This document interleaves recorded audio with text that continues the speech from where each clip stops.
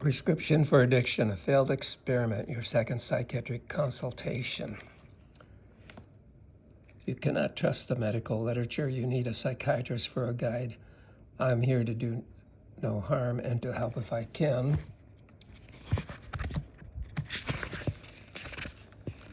Western physicians were writing about opium from 1400. The use of opium preceded medical writings as far back as 3400 BC, when opium was used in Mesopotamia. The Sumerians, Assyrians, and Egyptians all used it, and most likely their physicians wrote about it. The history of addiction to opium is concurrent with the use of opium. To think otherwise is indicative of an ignorance of addiction and opiates. The history of opium is also a history of money and war, as evidenced by the opium wars in China in the mid-1800s. Prohibition from 1920 to 1933 was a failed experiment.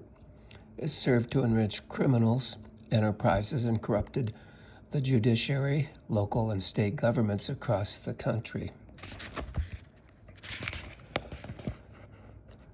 Currently, ISIS, Al-Qaeda, and drug cartels across the world use profits from the black market in opiums and other drugs to corrupt courts and governments at every level.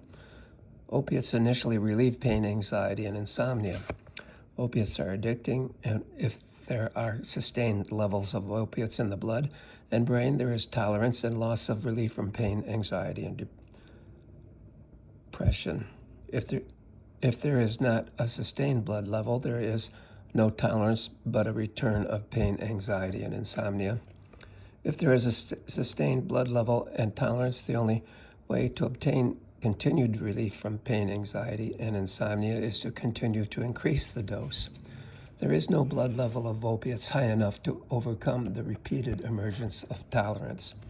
If there were, there would be a practice of titrating up to that level, and patients would never again complain of pain. The primary care physician could easily manage pain, and there would not be any pain clinics to manage refractory pain. As it is, there are articles that proselytize the use of additional PRN opiates for, quote, breakthrough pain, unquote, between scheduled doses of opiates.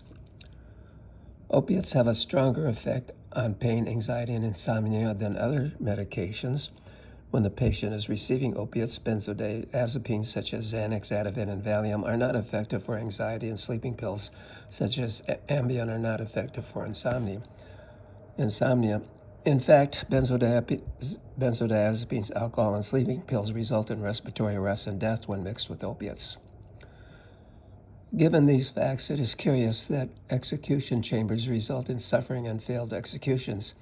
The use of opiates, benzodiazepines, and alcohol would relieve anxiety and pain and easily result in respiratory arrest and death in execution chambers.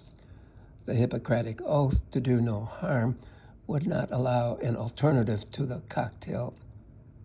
cocktail in the execution chamber.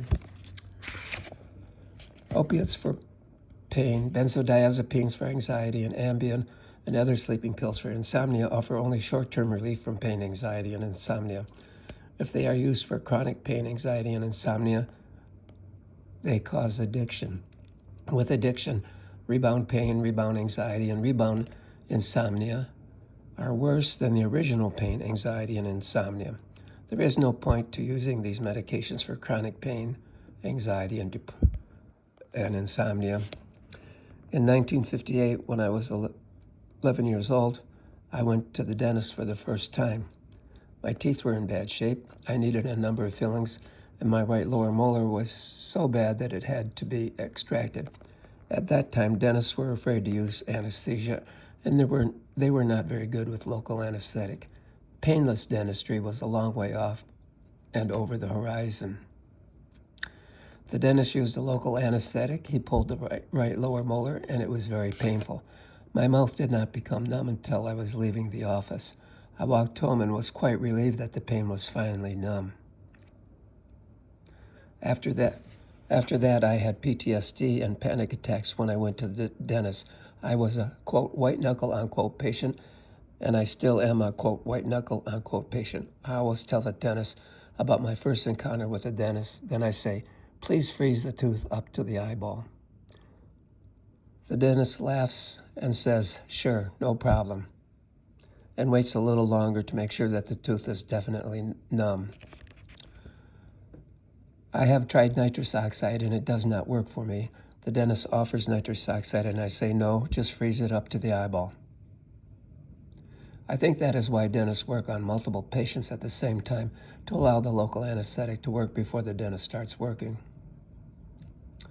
Tomorrow I will start talking about meprobamate and the history of prescribing addicting medications, starting at page 5. Thank you for your time and your kindness. Have a great day.